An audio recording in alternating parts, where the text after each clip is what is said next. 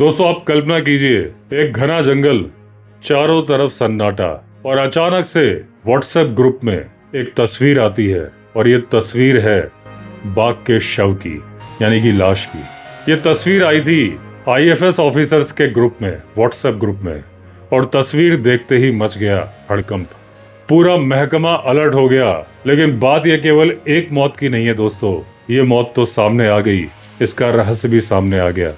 लेकिन ऐसी बहुत सारी सैकड़ों मौतें होती हैं जिन पर पर्दा डाल दिया जाता है, यानी कि जंगल में मोर नाचा किसने देखा।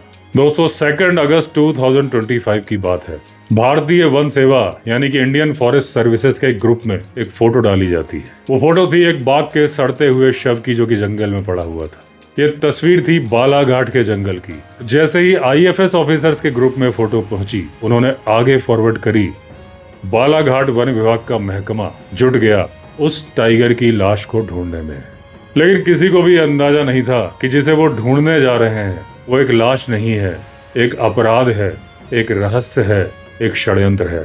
और फॉरेस्ट डिपार्टमेंट की टीम पहुंचती है लाल बारा के जंगल में।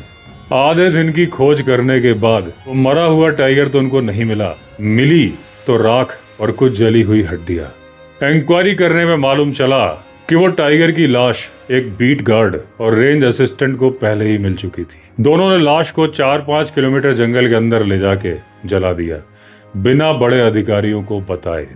अब क्या वजह थी कि शव को जला दिया? क्योंकि बाघ तो मरा हुआ मिला था, कोई उन्होंने मारा तो नहीं था। वो कुछ छिपाने की कोशिश कर रहे थे, कोई राज छिपा रहे थे। अब जब इंक्वायरी होती है, जांच की टीम जाती है, गांव वालों से पूछती है, तो एक सुरक्षा कर्मचारी 6 नाम बताता है।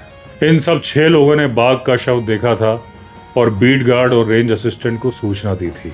लेकिन जब उनको सूचना मिली, वहां वो पहुंचे, तो उन्हें चाहिए था कि अपने सीनियर्स को इसकी खबर देते, लेकिन उन्होंने तो उसे जला डाला।